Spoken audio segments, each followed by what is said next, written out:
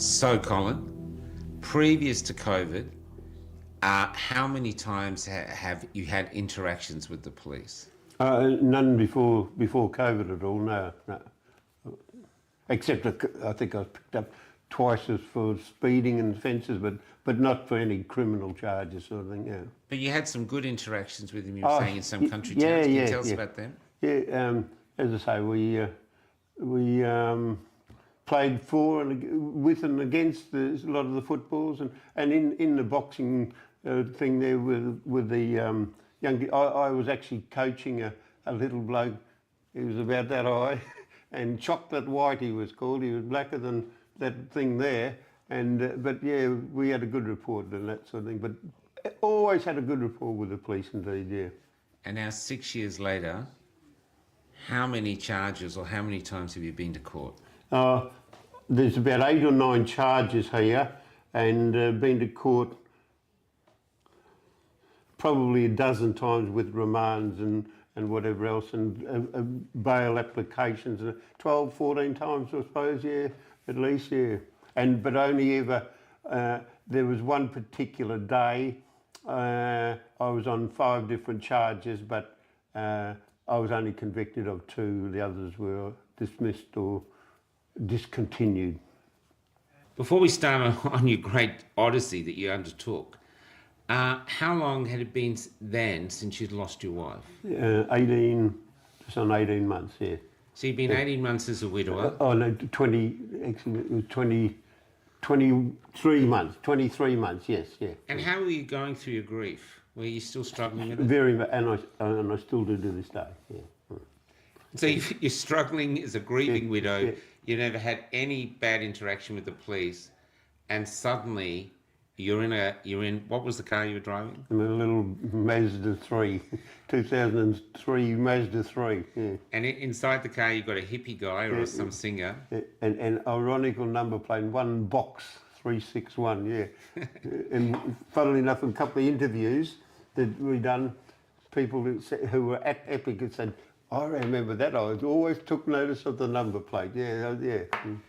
So the journey to Canberra is about 3,000 kilometres? 3,790. So COVID's already here.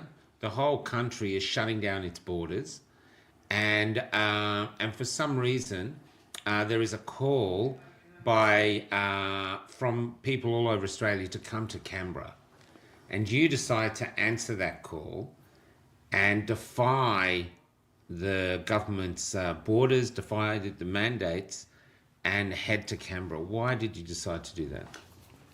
I think it originally, the idea came from the terrible way Canada was being handled, and the truckie blockades and what they were doing to the truckies. And then somewhere in the grapevine, I heard, they've got a convoy going from Melbourne to Canberra.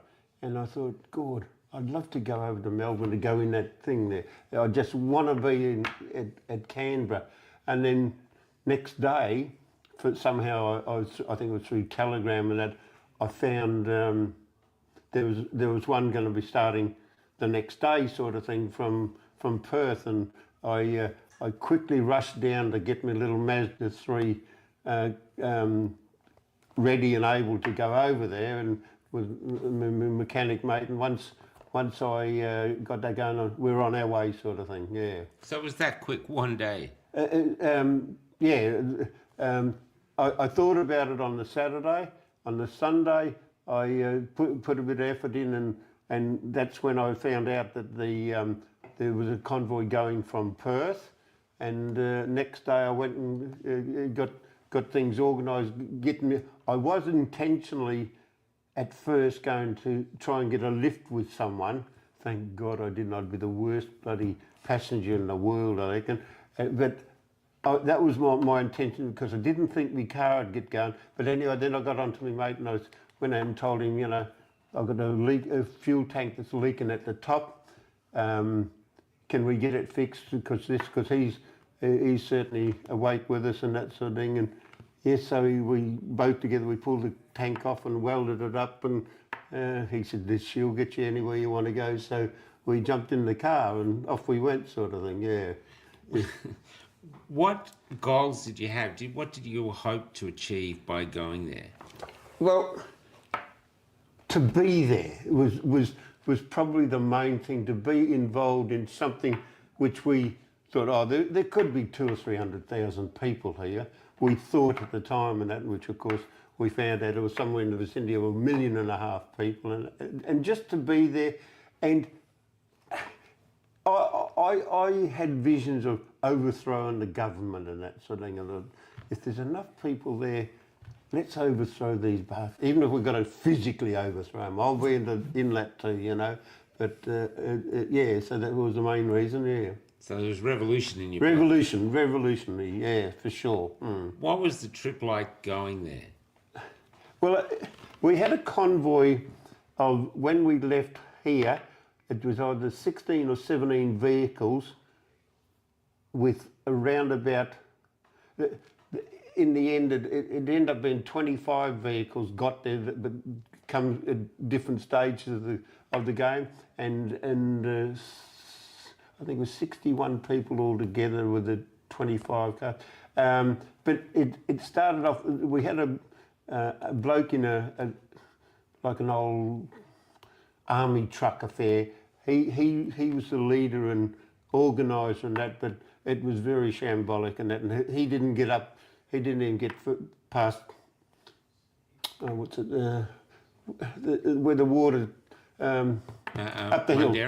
Mundaring, where he didn't get up past that. He thought he'd done the motor in, and then so it sort of got a little bit broken up, but he stayed there. We went on to the lakes and that sort of thing, and regathered there, and we headed off, and our first stop was Norseman that night.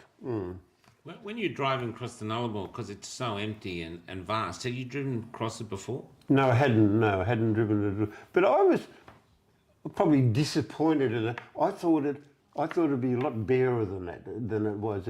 But you know, it's supposed to be no trees and that.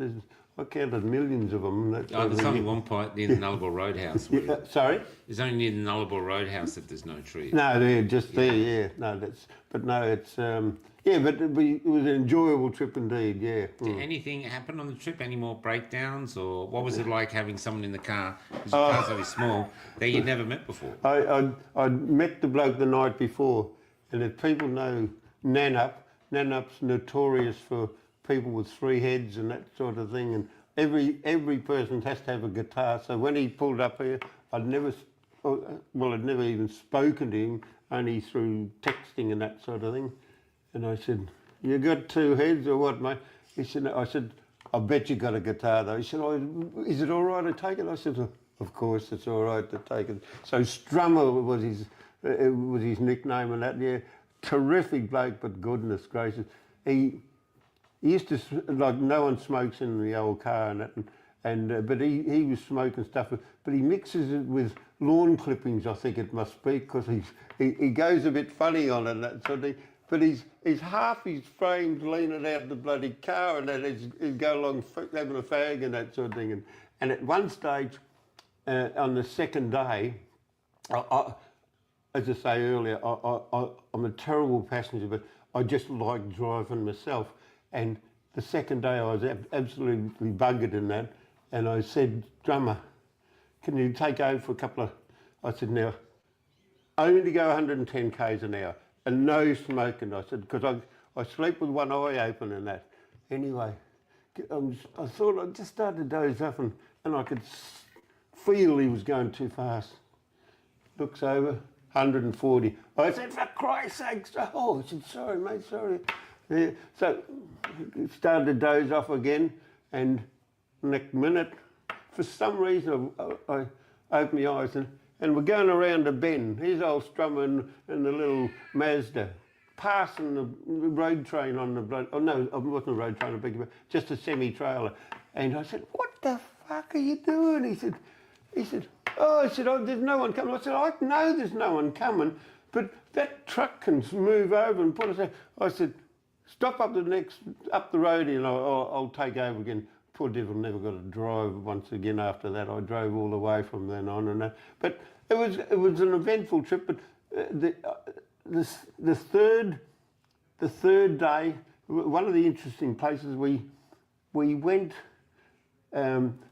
Carl and his partner, they had a big bus and they cooked all the food and that sort of thing. And he led the way, and he's an ex-policeman and that, and he knew all the shortcuts through there. But our next stop was going to be Mildura that night, and I don't know, might have been 150 k's before Mildura. We went through this town and that, and when we gathered we stopped before our scheduled stop up there, and shortly afterwards we were there, and this lady comes up in a ute, and I, being a very shy bloke I am, I said, "What are you doing, lady?" She said, "I've just heard you're going to Canberra. I want to join you." I said, "Where are you from?" And she said, "Oh, I own a shop about 100 k's or something down the road there." And when all these convoy vehicles went past, I said to the girls in the shop, "What's going on?" I said, "Oh, it's a big rally at Canberra tomorrow." And they said, "Shut the shop, girls, I'm off on my way." So, she jumped in. Her name was Carol, and oh God, she was interesting. And so when we stopped at Mildura, 37 k's before Mildura that night, she camped alongside of me, and ironically, I borrowed a pillow off her, sort of thing, and not for any other reason than I wanted to put my head down, sort of thing. And her name was Carol. And the next morning we were up at Sparrows, and she got up and somewhere, and she had a little dog with her. And shortly after, she said, "Oh God, I've locked the dog and the keys in the car," sort of thing. So we had to get a few. We sort of had a couple of little mates of mine that could have broken in, but anyway, eventually got it open and that sort of thing. But yeah, she was quite interesting. But to shut the shop that day and said, "Oh, we're going to Canberra," and that, yeah. Then we sort of got there and landed at Epic. What was it like turning up at Epic? Because I was already in there then. But what was it like for you? Unbelievable. But can you describe it? Like, what's unbelievable? Just the whole enormity of the crowd and that. We had to. I don't know where the information came from, but we were supposed to go right at I suppose it was the northern end of the Epic, and a road called Wells Station Road, and up at the very end there was a space for about 60 vehicles was supposedly kept for us. And anyway, when it was just so packed, they'd taken it all, and but just absolutely electrifying how so many, there wasn't a space to park a vehicle anywhere. We had to go right down the very back, but everyone to a man was away. It was just one of the best days or nights of my life, indeed, and just mind-boggling and that. Yeah, it certainly was. What was it like going on the march? Well, the next day we went on the march. We got up there. We went to, I think it's Anzac Parade. I think right down where we all stood there, Government Hill and all that sort of thing. And we all gathered there. And I think I was showing you the pictures of the Anzac car that was there, led the way. Anyway, and of course, Colin gets sucked into most things. And there was a huge flag shown there. We carried this flag up there behind the white truck and that sort of thing. And when I got up to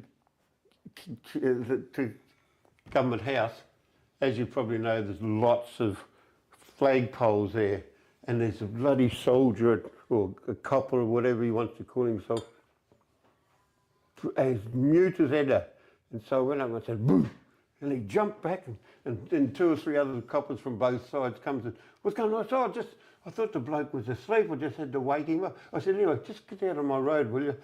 "Woofa, woofa." So I've got to tie this thing up there, but I knew we couldn't. But anyway, they sent us down the road a bit further, and so we ended up tying it up there. But yeah, it was so unbelievable, yeah. Were you injured at all? A lot of people said they were injured there. Not the first day, the second day I we were injured, mainly my lips and that, but I did see some terrible, terrible sights there that so many people, that was on the second day, the 12th. What were some of the sights you saw?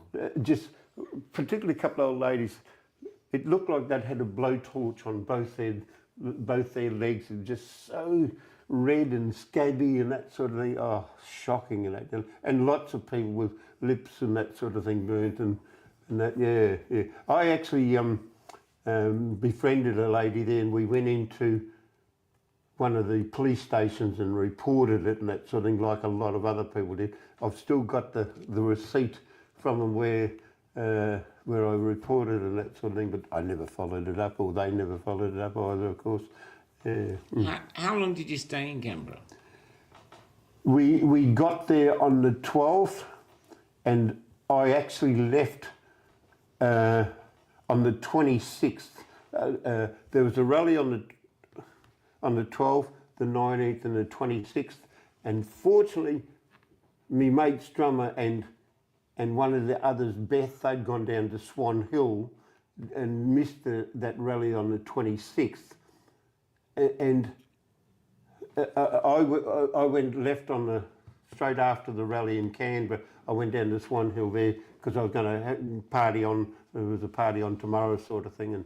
And luckily as I did, because that was when that real stormy weather comes through, and it flooded so much and that sort of thing, and we could have got stuck there for a while. But so we only stopped there, and then when I got down there, Beth and Strummer had a blue and that sort of thing. And funnily enough, I was going out to where I was supposed to be, and then Beth had a very obvious, pronounced car. She had a Australian flag draped over it, but it was not a flag, it was material, it was printed on that. And, you know, driving out there, and I thought, Christ, that looks like Beth's car sort of thing, you know. And I pulled in, and it was Beth's car.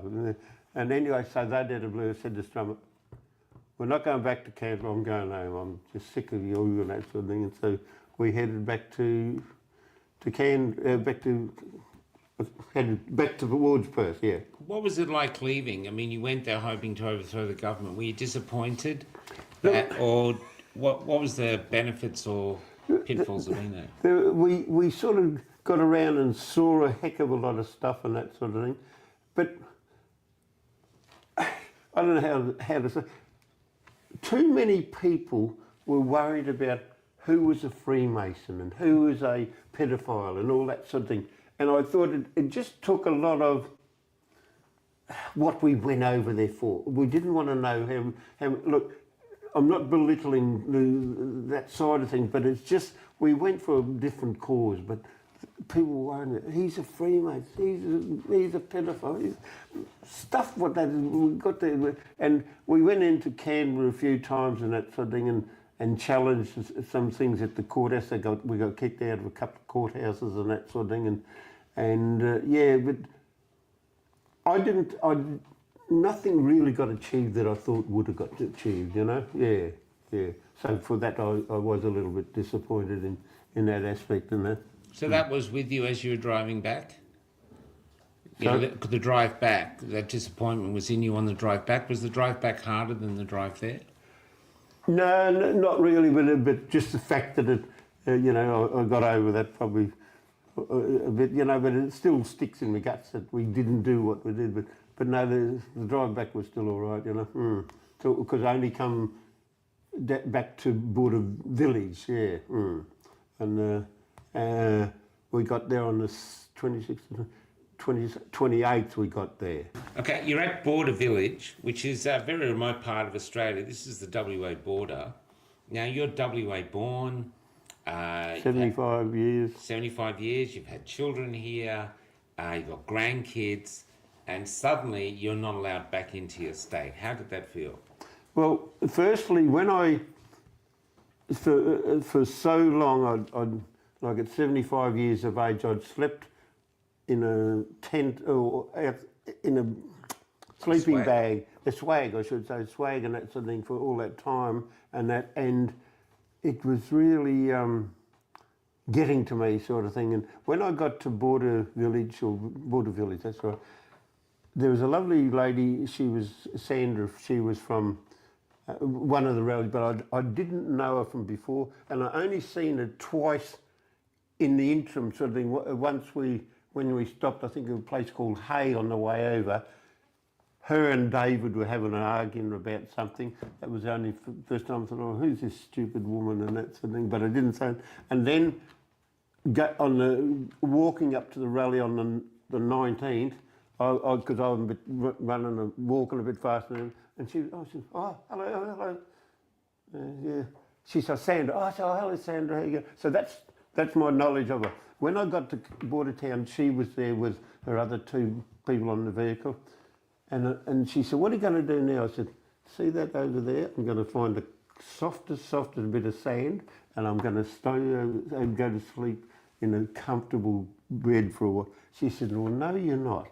I've heard what you've done in Canberra and all that other stuff that you, and I've got you 2 nights accommodation here at the motel. I said, oh shit, Sandra. I said, I've got no money left. I'm broke. She said, don't worry about that. That's all. So I stayed on her for the 2 days, and it was wonderful. Yeah, and then in that 2 days, and after that, to repay me more, she gave me about $10,000 worth of work at a tattery and that sort of thing over the next 12 months, and that. So I'm forever grateful for Sandra. But anyway, when we were there, I met with Rod Cullerton, and we talked with Dave, the South Australian copper, and that, plus other ones there. There was a couple of them there that really didn't like Rod Cullerton, that sort of thing. But this Dave, he was a real decent fella, and during discussions and on the Tuesday, I think it was the 2nd of March, I think it was the 2nd of March, they were going to open them, this maggot was going to open the borders so you can go, and of course there was 200 or 300 vehicles there, and David, during discussions and that at the border, Dave said, oh, look, you've got to just use this G2G pass and that sort of thing, and he said, just go through that and fill it in and do this, do that. So he said, and I said something to that, oh, no, we're not going to use the G2G pages on the online, we need hard copies and that. So he said, oh, go up and get it, come with me. And so we went up to the office there at the border, and now I remember him said to the other cops, I said, that one's outdated. That one's outdated. Where's the latest one? They said, oh, we've got none left. He said, Colin, leave it to me. I'll go home and get it. I said, where's home? He said, oh, down at Eucla.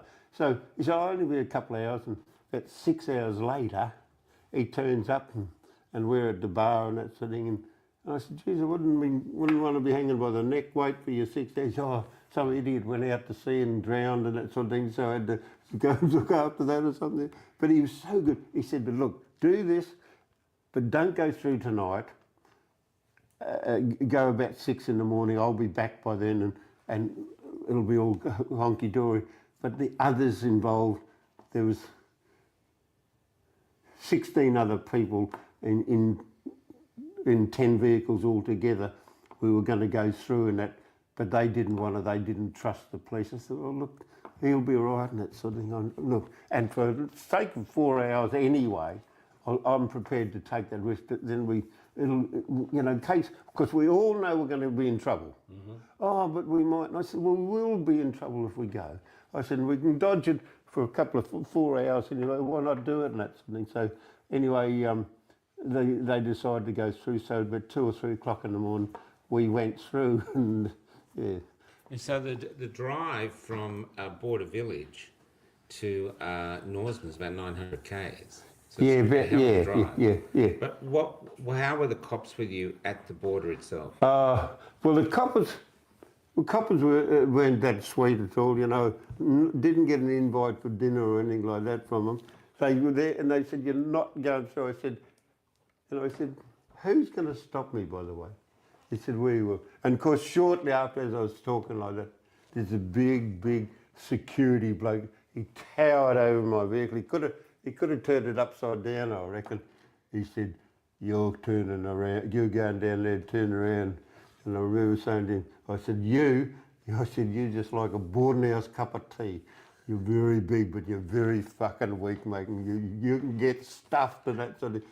I've lived over there for 75 years and I'm going there. And you and all these coppers here, I won't stop. I said, if you want to be brave, stand in front of it and I'll run over the top of you and all that. And anyway, we got going and yeah. So they let you go?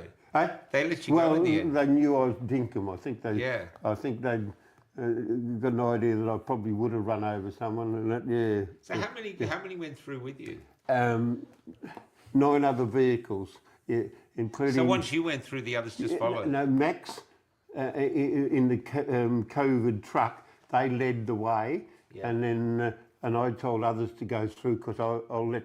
And then I was the 4th or 5th one that went through and that sort of thing because the others were a bit frightened to go. So I said, just go through. I'll wait behind you and you know, like there won't be any drama and that. And they went through and that, yeah. But so that 9 or 10 vehicles went through altogether. So yeah. on that 900-kilometre drive to Norseman, yeah. Was there any police bother you then? No. Once we got going, that was it. And but it was a terrible rainy night and that we stopped 2 or 3 times down the track in the convoy and that sort of, except Max and Jeff had gone earlier on because they were thinking that we'd catch them up. And we couldn't do it. And then they said, oh, well, I think we'll stop here. I said, well, look, let's get going. You know, I wanted to stop back there, but you didn't want to. I said, let's go down. Oh, then they got down the road, no, we'll stop here then. I said, no, I'm going. So I headed off to Balladonia, and which I got to Balladonia. For those who don't know, Balladonia is just a roadhouse. Yeah, just a roadhouse, and it's a very important roadhouse because it's really in the middle of things. And anyhow, my old mate Strummer was there, and he'd started to pack the shits a bit, and he said, "Oh, I think we'll go with the other people who told me last night." I said, "No, Strummer," I said, "when we left Perth, we knew we'd probably get pulled up, and we're not taking off there. If we get pulled up, we get pulled up." So we headed off, and he cracked the shits for the first 100 k's or something. Didn't say a word and that. And anyway, when we got to Norseman, I think it was around about 10 or 11 o'clock in the morning, and ironically, where we'd camped the night of going over, the other way. they had these four cars and police cars and a big bus, and one of those big bloody like the old black Mariah Pommy vehicles and that there, and going down on the road there was a police car there and 4 them cones there alongside, and Rod Cullen said and of course I kept going through. I no need to stop. I committed no crimes, I didn't think. Anyway, I went out there and I get to the T-junction, turn right, and as I look back, there's all these cop cars chasing me, all these fucking lights flashing and carrying on. I thought I was How going many cars do you think? There was 4 cars and the big black Mariah car. But so they got there at the intersection. I had to turn right. So Rod said, "Do not get off the highway because then they can lumber you for something." I'd forget now. And so this big black Mariah pulled up alongside and parked right in front of me. Another cop there had come behind there. Another one there. So I could only catapult up there, sort of thing, if I wanted to get out. And Mrs. Hitler gets out of the car, and she's got a big, monstrous woman. She gets out, she's got all this gear on. She said, "Now don't move." I said, "Can you tell me how I can move first?" And then she said, "Why didn't you stop?" I said, "Because no one asked me to stop, and I'm genuine. No one asked me, so why should I stop in the middle of the road?" Anyways, see, then the driver got out, and he's got this big bag, and I said something like, "I hope you're not going to cut me up and put me in that bag, are you?" And that sort of thing.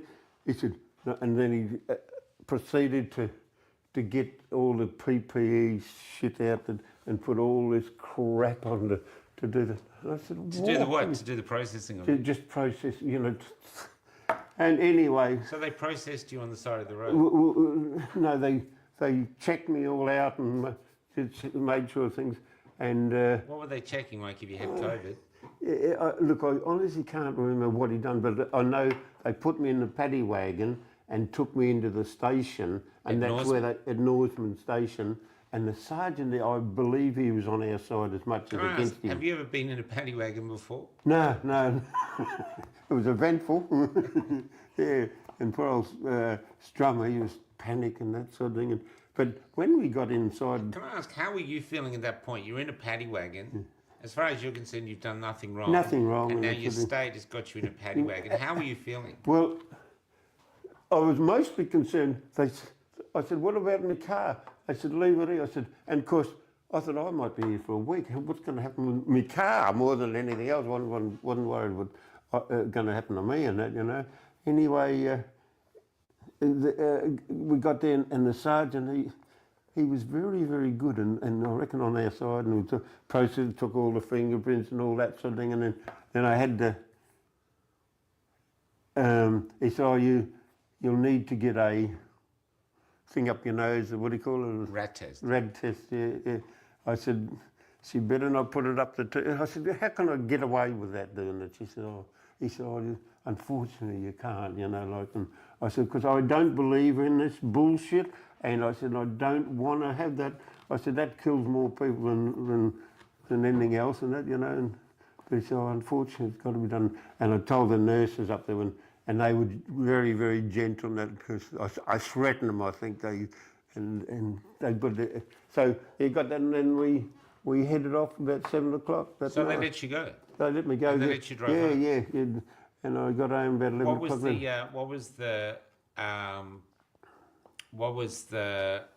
were they asking you to do? What was the orders for you of course, I had to go quarantine for 7 days and that sort of thing. In your own house? In my own house. And I said, "What about Strummer? Can he stop at my house tonight and go in the morning?" He said, "No, he's got to stop with you 7 days." I said, "Fucking hell." I said, I've been 20 odd days with him. I said, "I want to get rid of him tonight, but I don't want any more." He said, "That's unfortunate. He's got to stay with you for the full 7 days and that." Anyway, I rang Russell up and had a big feed waiting for us when we got home. Yeah, about 10 o'clock I think I got home that night, yeah. You're back in Perth. You've had this great odyssey, and now you're locked in your house. How are you feeling? Just with this quarantine bullshit.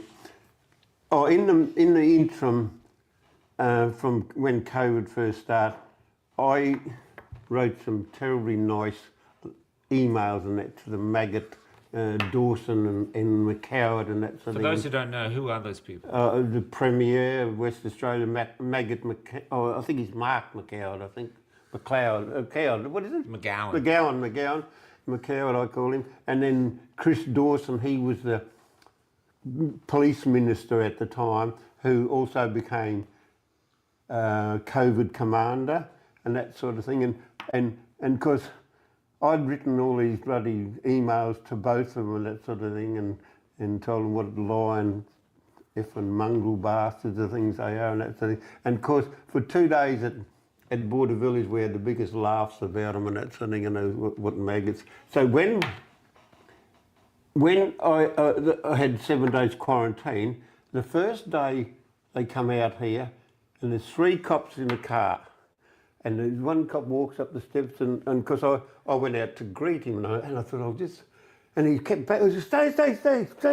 I said, what's wrong? And he nearly went backwards down the steps. I wish he had done it. Anyway, he said, "You can't, it's COVID, got to stay." Oh, I said, "Don't give me that shit. Don't you understand it's all bullshit and all this and that?" He said, "No, And he said, "Just stop there." And he said, "We just want to check up that you're both all right." But both all right, I remember you saying that. And from now on, we'll just get out there and we'll just ring you each morning and that sort of thing and tell you. So next morning they came in, teetered at the horn there, and I know they waited, and I saw them out there and I thought, what the hell are they doing? Anyway, they eventually, no, I think I had to ring him and said, oh no, yeah, he rang me, that's right. And I said, why are you waiting? And he said, oh, we were trying to get in touch with Tracy. And at the time, I didn't know who Tracy was. And I said, why are you ringing Tracy? Aren't you supposed to be meeting? Oh, isn't she here? I said, I don't fucking know Tracy and that. So what? Oh, he said, well, we thought she was there. I said, well, you know what Thought said, and I said, you know, there's only Strummer and I. Said, oh, by the way, Strummer, we went looking for Strummer in Nannup last night. I said, well, why? Oh, because that's where he lives. I said, well, don't you know he has to live here for the... And he said, oh, that's probably why the landlord was very unhappy, you know. So next day, the same thing, and I went up and said, you ringing or something? Oh, so he rang me. Oh, we still can't get Tracy and that. We're trying to, I don't know whether the same people or not come out, but 3 coppers in a car, would you? Anyway, they, same thing, Tracy were trying to, I said, for fuck's sake, yesterday was the same, you know. So the 4th day, I walked out there, I was waiting for him, and in my shorty pyjamas, I thought it was a bit overkill, but I went there and I was watering the roses, and watered one rose and watered another one. And I kept looking, I said, you bloke's going to ring me or something? And then just as the phone rang, big fat copper comes out. Go inside and put a mask on. I said, you go and get fucked wherever you want to go. And I said, don't tell me what to do on my property. You haven't got any warrant. You fucking big fat toad and that sort of blah, blah. I said, take your guns and your tasers off and come and make me do something, you big fat loose prick. And I just got abusive towards you, as you might have gathered. And anyway, Strummer yelled out, and I said, what's going on? What's going on? I said, so I come up here and I said, what's wrong? He said, oh, you'll get into big trouble. I said, no, fuck it. I said, they've got nothing on me. Why are they going to do that? And he said, oh, and then I thought, oh, discretion's a better part of valour, so I'll stop here. And so when it's on the front veranda and sat there because the car had gone. And so I thought, oh, that's good. So I went outside again, and Mary, because the whole street, I think, from end to end, knew the commotion was something about it, a police car and that sort of thing. So I went outside again, and Mary said, oh, where are you? Colin, they're parked down at the end of the cul-de-sac. And I said, oh, I'll go and sneak in there. And so I snuck back in here and I waited outside the front door again. 15 minutes, 3 people in a police car down there, on top of the 10 minutes I'd already been here probably, waited and waited for me to go there because they must have thought, oh, that stupid old bastard's not going to come out again soon. And so when he went past, I give him all the finger signs and get fucked and that. So then, go back a couple of days, Maggot Dawson was on TV, because I still watch TV. Maggot Dawson was on the TV there, and so now he's got all this data for this and all this data for that and all this. And so I wrote to him that night. I said, you show me all this data stuff here that you've got within 12 months, within 24 hours. I said, show me one bit of proof what you're lying about here, otherwise you can stick your quarantine up your ass and that sort of thing. So he didn't get back to me, and they said this was the 4th. And so I immediately, when they left, I immediately emailed him again. I said, you didn't do this, you've broken the contract with me, so stick your quarantine up your ass, I'm not going to do it anymore. and they never come back again after that. Can I ask, in finishing this part though, did you get charged for crossing the border? Oh yes, yeah. And what was the fine, and did you pay? Well, it's a bit of a complicated one too, of course. Rod told me what to say, and I used a bit of my own choice words and that sort of thing, and wrote a reply when they rang me up and charged me, and they said, "Oh, you have to come to Kalgoorlie." I said, "Well, there's no fucking hope of me going to Kalgoorlie, lady. If you want to charge me either on the phone thing there or in Perth. I'm not going to Kalgoorlie, so get that out of your head." And I want to charge it here. So she said, "I'll write a letter to us and tell us that." So I did, and I said that I'm going to sue every one of the police involved in the West Australian government and Chris Dawson, blah blah blah blah. So that was, and I figured I've got it in that correspondence and that sort of thing there somewhere. And anyway, that's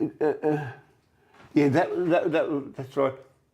It was about the 16th of May that the magistrate rang me, and he said, "Oh, Colin Holly, William Holly, you're charged by the Western blah, blah, blah, disobeying an order, disobeying a narrative, or disobeying something, direction." And so, how do you plead? I said, "Well, firstly, I wanted, like I've said on the, I want everyone to be charged with this and that sort of thing, and I'm going to defend it to the biggest ilk or whatever the word was." And I said, I want a remand or something for, and he said, "Oh, okay, thank you." He said, "But Colin, just sort of take it easy for, just plead guilty, and we can finish it all today." And by that, I really think that he would have said, "Colin, you've been fined $200, suspended or something." He just didn't want to go ahead, I felt. Anyway, so I said, "No, I found out, I wanted taken to court and that sort of thing." Oh, I said, and I said, "I wanted remanded." He said, "Oh," and because a few had been, Tracy had been, and someone else had been, and they'd got remand for a fortnight or something. And this is the 16th or the 11th of May. He said, "Oh, hang on, I'll remand you until," he must have been going through his calendar when he's going on holidays, 16th of November. I said, "November?" He said, "Yeah." He said, 16th of November. I said, "Oh, beautiful, that'll do me." So 6 months down the track sort of thing. And anyway, when about a fortnight before the 16th, the the chief prosecutor lady rang me up and she said, "Oh, Mr. Holly, we've decided to discontinue." I said, "What do you mean discontinue?" She said, "Oh, yeah." And I said, "But why?" She said, "Oh, because Section 25 of the Criminal Code, something means it's probably hard to prove that you've done anything wrong, etc." I said, "Oh, that's disappointing." I said, "I would have really even gone to Kalgoorlie if it means going to court." Oh, she said, no. Anyway, but you have to wait. You have to still be here to take the phone call from the magistrate. So magistrate, he rings me up on that day. "Oh, Colin, you've been charged with," "Yes." He said, "Yeah." "Oh, hang on." And then the Crown prosecutor butted in, and she said the same thing that she'd sort of told me, and he said, "Did you hear that?" I said, "No." "What'd she say?" "To hear what?" She said, "Oh, they told me they discontinued that." So it's all. I said, "Well, but why? I wanted to go to court." No, well, you're not. It's not going to court. It's got to be done. So that was the discontinued. But as I'll tell you a bit later on, it was the start of the police and the government trying to get me at later, wherever they could do it later on in there, you know. Okay, so once you were back, so pre-COVID, you didn't do protests, you had no thing with the police. Now you're kind of public enemy number one, and you've got off the charge of crossing the border, of entering the state, your own state, you know, even though the border was locked. And now you're here with the umbrella people, and you're copping all these charges. So you're of the belief now that the police were pissed off with you and they were vindictive. They were coming after you for anything. I found that quite recently, actually, from the last 12 months, that it was a vindictive thing because McCoward and Dawson wanted me charged with something because how I beat them at the border crossing and that sort of thing. So I'm a member of the Umbrella Group, as we mentioned, and probably being the oldest bloke on it and with the most least to lose, and that I'm generally on the front foot of things and that. And anyway, it started with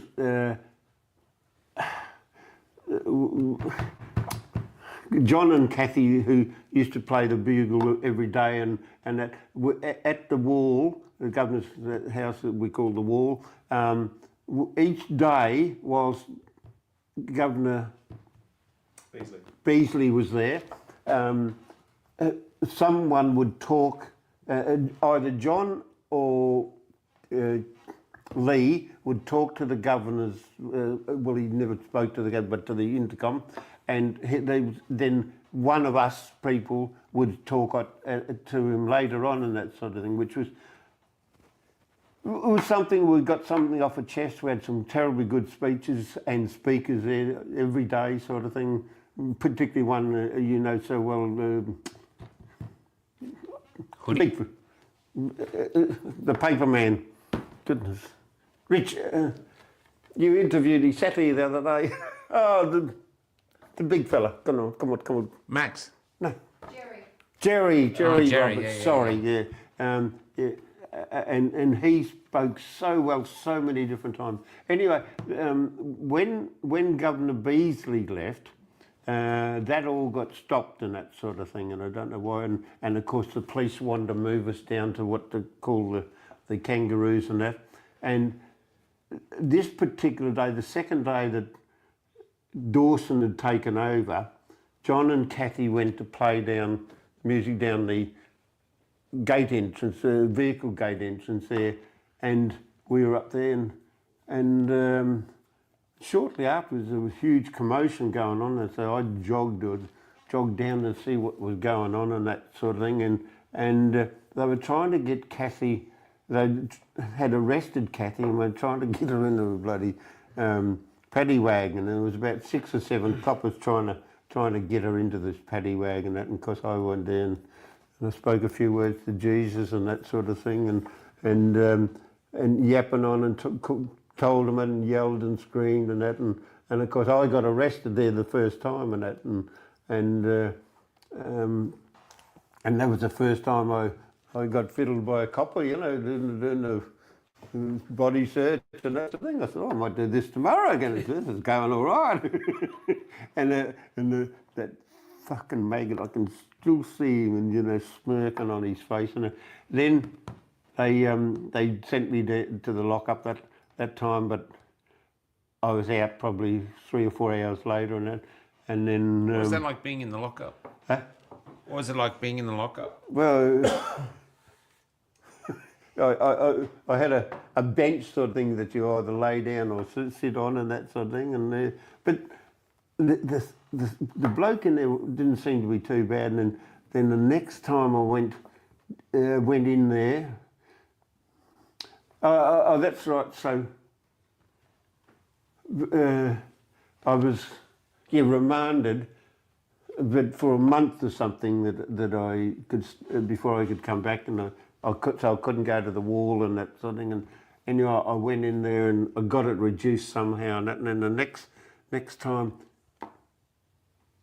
yeah. So I got it reduced like for tomorrow, whatever that day was, 10th of October. See now that I remember,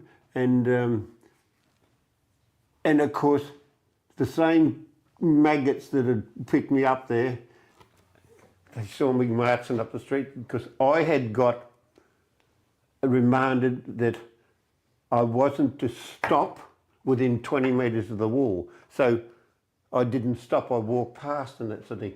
And they're waiting, they nabbed me, got you, you're under arrest. I said, what the fuck, blah, blah, blah. Because I let them know. I said, well, you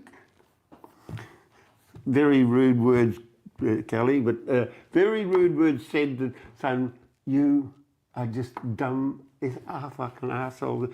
Can't you see? I said, here's my thing. They said, no, you're still within 20. I said, no, but I did not stop. Did you see me stop?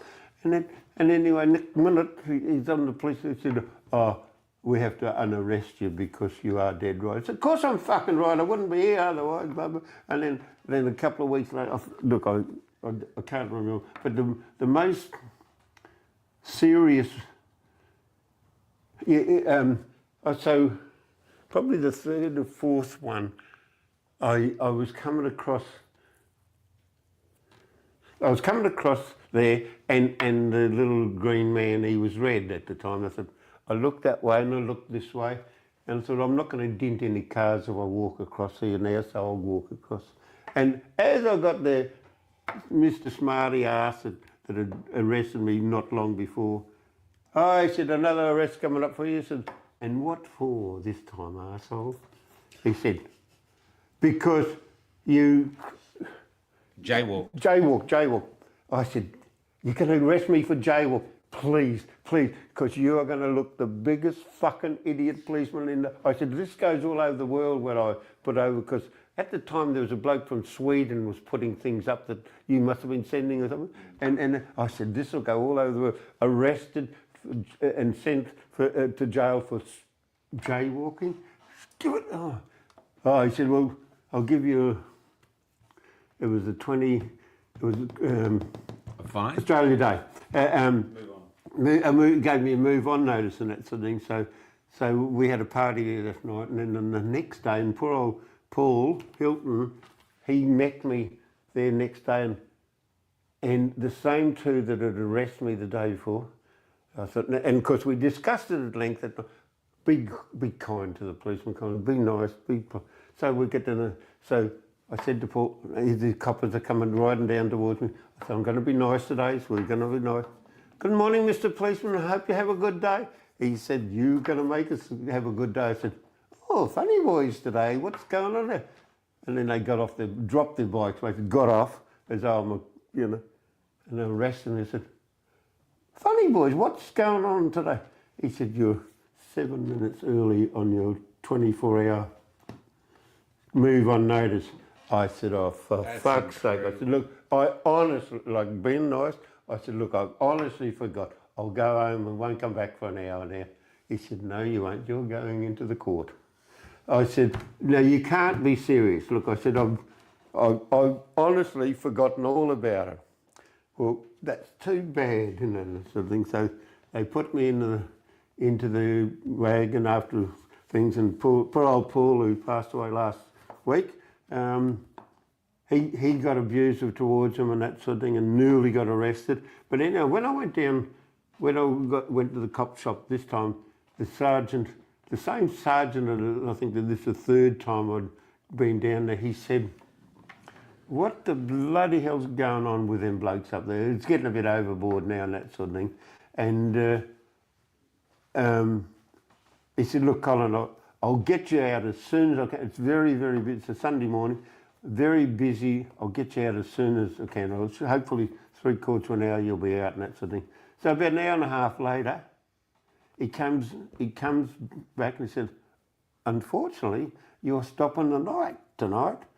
I said, and why? He said, they've put another charge of stalking the governor's wife again on me. I said, I fucking haven't, I don't know if I've ever seen her. I might have seen her, but I don't know. I have no idea and that sort of thing, So, anyway, so I had to stop the night there. What was the night in the cell like? Oh, shocking. Why? Well, I had a mattress about that thick, and there was a little yammergy bloke down that end, like, not in the same bed, but one bed there, one at that, and this other bloke here, he just never stopped snoring his boxer, and this poor little yammergy bloke, he couldn't do anything and that, and freezing cold, and I banged on the thing, tried to get another pillow, or a pillow, I mean. No, you're in a jail, not in a fucking hotel plaza or something, words of that. I said, you fucking assholes. And, yeah. Anyway, so I had to, and of course I had a pie, a pie or a wrap or something for lunch, dinner, and at breakfast I had like a McMuffin or something like that. That was it. Yeah, it certainly wasn't something you want to go to again. And that, yeah. So then, in the interim,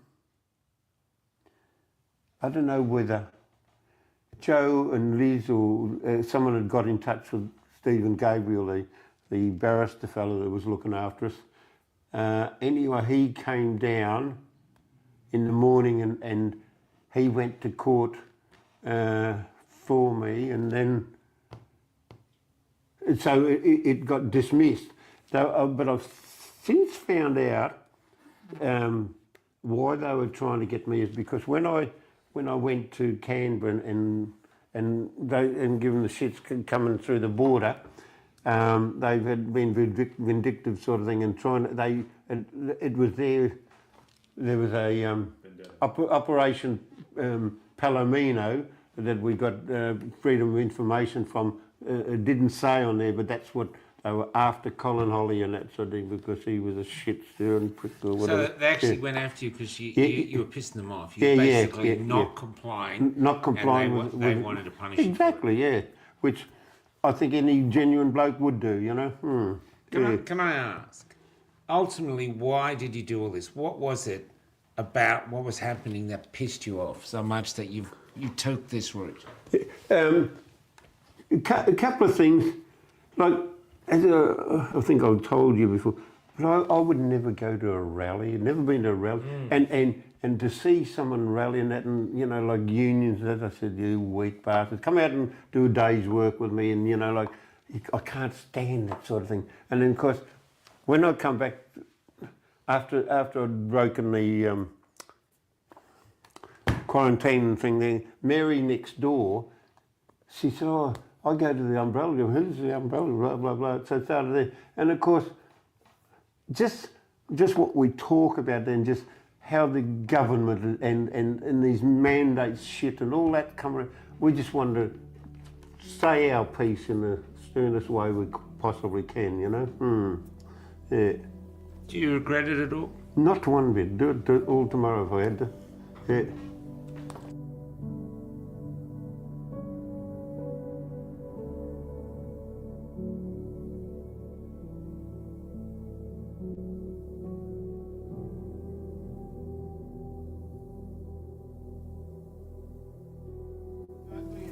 Going, but the flowers are beautiful. They come out only one night. You know, ever heard of them? Moon flowers? All gone. Oh, here's one here. Ah, beautiful. I think that's the last one, mate. Oh, this one here to go, yeah.